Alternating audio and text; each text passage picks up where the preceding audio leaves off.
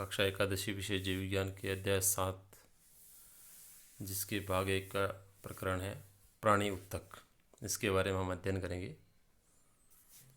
प्राणी उत्तक प्राणियों में जो कोशिकाएं मिलकर उत्तकों का निर्माण करती है और वो पूरी बॉडी की संरचना का निर्माण करते हैं। कोशिका की संरचना और उसके कार्य के अनुसार बदलती रहती है। इस प्रकार उत्तक भी भिन्न भिन्न होते हैं, यानी जिस प्रकार का कार्य होता है उसी प्रकार उत्तकों की संरचना भी होती है। उन्हें मोटे तौर पर निम्न 4 भागों में बांटा गया है: उपकला उत्तक, संयोजी उत्तक, पेशी उत्तक और तंत्रिका उत्तक। इन सब के बारे में हम अलग अलग अध्ययन करेंगे। उपकला उत्तक, हम उपकला उत्तक को सामान्यतः उपकला भी कहते हैं। उपकला यानी लेयर जो त्वचा के रूप में होती है, और अगर बॉडी के अंदर की ओर है तो अंदर के अंगों की सबसे भीतरी लेयर कराती है या सुरक्षा कार्य करती है। इस उत्तक में एक मुक्त स्तर होता है जो एक और देह तरल और दूसरी ओर बाह्य वातावरण के संपर्क में रहता है। यानी देख सकते हैं, अगर हमारी बॉडी एक पाइप के रूप में है तो बाहरी ओर की जो लेयर संपर्क में रहती है वातावरण के, वो और अंदर का जो पाइप का भाग होता है वो अंदर के देह तरल के संपर्क में रहता है। इस प्रकार देह का आवरण अथवा अस्तर का निर्माण करता है, यानी देह यानी शरीर का जो आवरण होता है उसका, और अंदर के स्तर का निर्माण भी ये उत्तक करता है। कोशिकाएं अंतराकोशिकीय आधात्री द्वारा दृढ़तापूर्वक जुड़ी रहती है, यानी अंदर के जो आधात्री भाग है उसके साथ एक इंट्रासेलुलर मैट्रिक्स होता है आधात्री के रूप में, उसके साथ दृढ़तापूर्वक जुड़ी रहती है। उपकला उत्तक ये भी 2 प्रकार के होते हैं: सरल उपकला और संयुक्त उपकला। सरल उपकला एक ही स्तर का बना होता है और यह देह गुहाओं, वाहिनियों और नलिका का अस्तर का निर्माण करता है। यानी जो देह गुहा हैं या रुधिर की वाहिनियाँ हो सकती हैं, नलिकाएं हो सकती हैं, उनका अस्तर का निर्माण करता है, लेयर का। संयुक्त उपकला कोशिकाओं की 2 या 2 से अधिक स्तरों की बनी होती है। इसका कार्य रक्षात्मक, जैसे कि हमारी त्वचा एक रक्षात्मक आवरण का कार्य करती है, और ये संयुक्त उपकला से बनी होती है। कोशिका के संरचनात्मक रूपांतर के आधार पर सरल उपकला भी 3 प्रकार की होती है। यह सरल उपकला उत्तक होता है वो 3 प्रकार का होता है: शल्की उपकला, घनाकार उपकला और स्तंभाकार उपकला। इन तीनों बारे में अध्ययन किया जाता है। उपकला उत्तक यह एक चपटी कोशिकाओं का पतले स्तर से बनता है जिसके किनारे अनियमित होते हैं। ये उत्तक रक्त वाहिकाओं की भित्ति में तथा फेफड़ों के वायु कोश में पाया जाता है, और ये विसरण सीमा का कार्य करता है। ये रक्त की जो वाहिका हैं, धमनियाँ या शिराएं, उनकी दीवारों में और फेफड़े में जो वायु कुपिकाएँ होती है उनमें ये उत्तक पाया जाता है। ये विसरण सीमा का कार्य करता है, यानी इसके आर पार पदार्थों का विसरण किस प्रकार होता है। घनाकार उपकला यह उत्तक एक स्तरीय घन जैसी कोशिकाओं से होता है, यानी जो पहले वाला उत्तक स्तर पड़ा हुआ था शल्की, जो वाहिकाओं में पाया जाता है और फेफड़ों के वायु कोश में जाती है, ये शल्की उपकला होती है। घनाकार उपकला ये उत्तक एक स्तरीय घन जैसी कोशिकाओं से बना होता है, और ये चित्र से स्पष्ट है, देखिएगा। इसमें सरल उपकला उत्तक के तीनों प्रकार दिए हुए हैं, देखिएगा। ये शल्की उपकला है जो सल के रूप में विद्यमान है, और ये घन जैसी संरचनाओं से बना हुआ घनाकार उत्तक होता है, और ये स्तंभनुमा संरचनाएं होती हैं जिसे स्तंभाकार, यानी ये शल्की, ये घनाकार और ये स्तंभनुमा कोशिकाओं से बना हुआ बड़ा स्तर होता है जिसे स्तंभाकार उत्तक कहते हैं। देखिएगा इन कोशिकाओं की, स्तंभाकार कोशिकाओं की बाहरी लेयर देखिएगा इस प्रकार रोमेल होती है और बीच में ये केंद्र की पदार्थ विद्यमान है।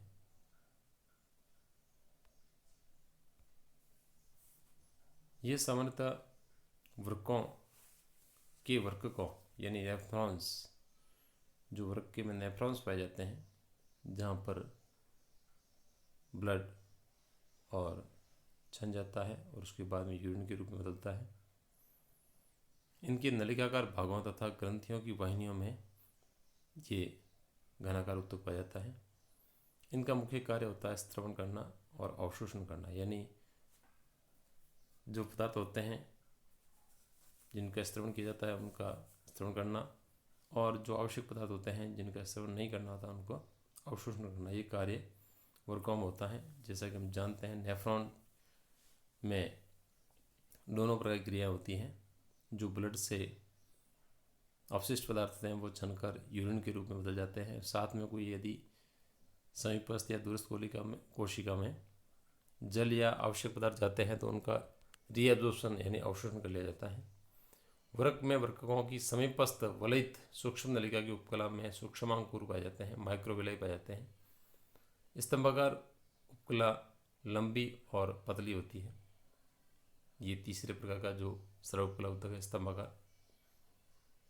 यानी ये कोशिकाओं के एक स्तर से बना होता है, यानी कोशिकाएं बड़ी होगी लंबी होगी लेकिन स्तर एक ही होगा। केंद्रक प्राय कोशिका के आधारी भाग में पाया जाता है और मुक्त सतह पर सूक्ष्मांकुर पाए जाते हैं, जैसा कि हमने अभी डायग्राम में देखा था। ये देखिए ये सूक्ष्मांकुर रोमिल त्वचा के रूप में, देखिए मैंने आपको बताया था ये सूक्ष्मांकुर होते हैं। जितनी सतह ज़्यादा होती है इनकी अवशोषण सतह उतनी बढ़ती है।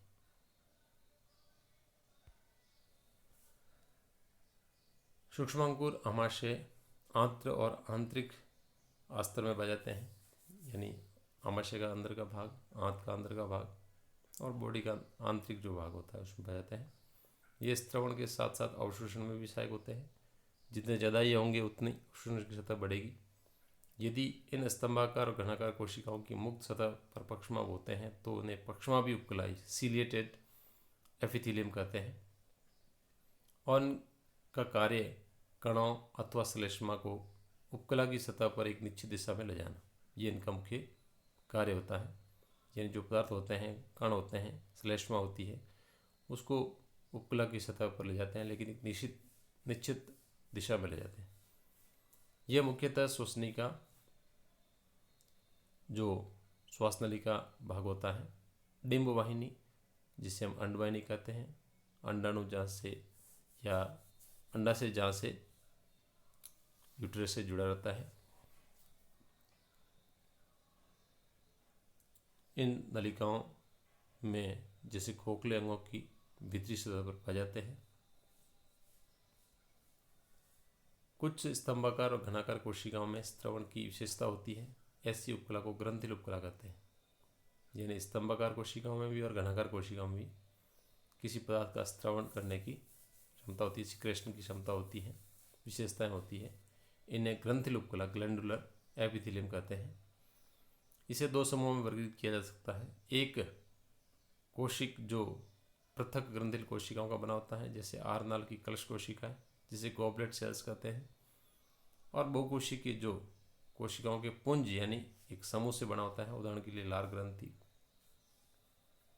तो ये दो प्रकार होते हैं ग्रंथिल उपकला के, एक कोशिकीय और बहुकोशिकीय। ये देखिएगा ये दोनों एग्जाम्पल ग्रंथिल उपकला के दिए हुए हैं, जिसमें ये एक कोशिकीय ग्रंथि का एग्जाम्पल है और गॉबलेट सेल्स में पाया जाता है। दूसरा ये वाला बहुकोशिकीय जो लार ग्रंथियों में पाया जाता है। ये दोनों ग्रंथिल उपकला के एग्जाम्पल है, प्रकार है। स्रावी कोशिका में स्राव के रूप में निष्कासन के आधार पर इन ग्रंथियों को दो भागों में विभाजित किया गया। यानी कौन कौन से पदार्थ स्रावित करती है या किस प्रकार करती है, उसके आधार पर दो प्रकार है, जिन्हें बहिस्रावी और एक्सोक्राइन बोलते हैं। स्पेलिंग इसमें रॉन्ग है, एक्सोक्राइन EXOCRINE, और अंतःस्रावी एंडोक्राइन। बहिस्रावी ग्रंथि से जो श्लेष्मा है, लार है, कर्णमोम है जिसे ईयरवैक्स बोलते हैं, और ऑयल है, दुग्ध है, आमाशय एंजाइम है, अन्य कोशिका के जो उत्पाद होते हैं वो स्रावित होते हैं। और ये जो पदार्थ स्रावित होते हैं ये नलिकाओं के द्वारा और लक्ष्य अंगों तक पहुंचते हैं। ये सब वाहिनियों और नलिकाओं के माध्यम से निर्मुक्त होते हैं। इसके विपरीत अंतःस्रावी ग्रंथियों में नलिकाएं नहीं होती, यानी ट्यूबलेस ये ग्रंथियाँ होती है। इनके उत्पाद हार्मोन हैं जो सीधे उस तरल में छोड़े जाते हैं जिसमें ग्रंथि स्थित होती है। अधिकतर ब्लड में छोड़े जाते हैं और इस प्रकार ये लक्ष्य अंगों तक तरल पदार्थों के द्वारा पहुंच जाते हैं। अब है संयुक्त उपकला। एक से ज़्यादा कोशिकाओं के स्तर या बहुस्तर से बनी होती हैं। इस प्रकार स्त्रवण और अवशोषण में इसकी भूमिका सीमित है। इसका मुख्य कार्य होता है रासायनिक और यांत्रिक प्रतिबलों से रक्षा करना, यानी कोई भी रासायनिक प्रभाव या यांत्रिक प्रभाव बॉडी पर होता है तो उससे इसकी रक्षा करना। ये त्वचा की शुष्क सतह, मुख की नम सतह, ग्रसनी, लार ग्रंथियाँ और अग्नाशयी वाहिनियों के भीतरी स्तर को ढकता है। ये इन भागों में मुख्य रूप से पाए जाने वाला स्तर होता है। ये संयुक्त उपकला बहुस्तरीय संरचना होती है, देख सकते हैं आप। इसमें कोशिकाओं की एक लेयर है, फिर दूसरी है, फिर तीसरी है। इस प्रकार कई कोशिकाओं की लेयर होती है जिनसे बनी होती है। उपकला की सभी कोशिकाएं एक दूसरे से अंतराकोशिकीय पदार्थों से जुड़ी रहती है, यानी एक कोशिका दूसरी कोशिका से जो पदार्थ होते हैं अंतराकोशिकीय बीच में कोशिकाओं के बीच में पाए जाते हैं उनसे आपस में जुड़े रहते हैं। लगभग सभी प्राणी ऊतकों में कोशिकाओं के विशेष जोड़, जिसे व्यक्तिगत या इंडिविजुअल कोशिकाएं भी कहते हैं, इन कोशिकाओं को संरचनात्मक और कार्यात्मक संधि यानी जोड़ प्रदान करते हैं। ये इनका कार्य होता है। उपकला और अन्य ऊतकों में तीन प्रकार की संधि पाई जाती है, तीन प्रकार के जंक्शंस पाए जाते हैं। ये होते हैं दृढ़, आसंजी और अंतराल। दृढ़ संधि पदार्थों को ऊतक से बाहर निकलने से रोकती है, ये दृढ़ संधि का कार्य होता है। आसंजी संधियां पड़ोसी कोशिकाओं के कोशिका द्रव्य को एक से दूसरे में से जोड़ने का काम करती है, यानी एक कोशिका का कोशिका द्रव्य दूसरी कोशिका से जुड़ता है, उसके लिए आसंजी संधियां काम करती है। अंतराली संधियां आयनों और छोटे अणुओं एवं कभी कभी बड़े अणुओं के तुरंत स्थानांतरण में सहायता करती है। अंतराली संधियों का कार्य होता है जो आयंस हैं, छोटे अणु हैं, कभी कभी बड़े अणु हैं, इनका स्थानांतरण करना इनका कार्य होता है। वे ऐसा संलग्न कोशिकाओं के कोशिका द्रव्य को आपस में जोड़कर करती है। अब है इस प्रकरण से संबंधित कुछ अभ्यास प्रश्न। पहला है उपकला और अन्य ऊतकों में कौन कौन सी संधियां पाई जाती है। दूसरा, हार्मोन क्या होते हैं, किससे उत्पन्न होते हैं। तीसरा है ग्रंथिल उपकला क्या होती है। चौथा, प्राणी ऊतक कौन कौन से होते हैं। इन्हें अपनी नोटबुक में आपको करना है। आज के इस वीडियो में हम इतना ही पढ़ेंगे। धन्यवाद।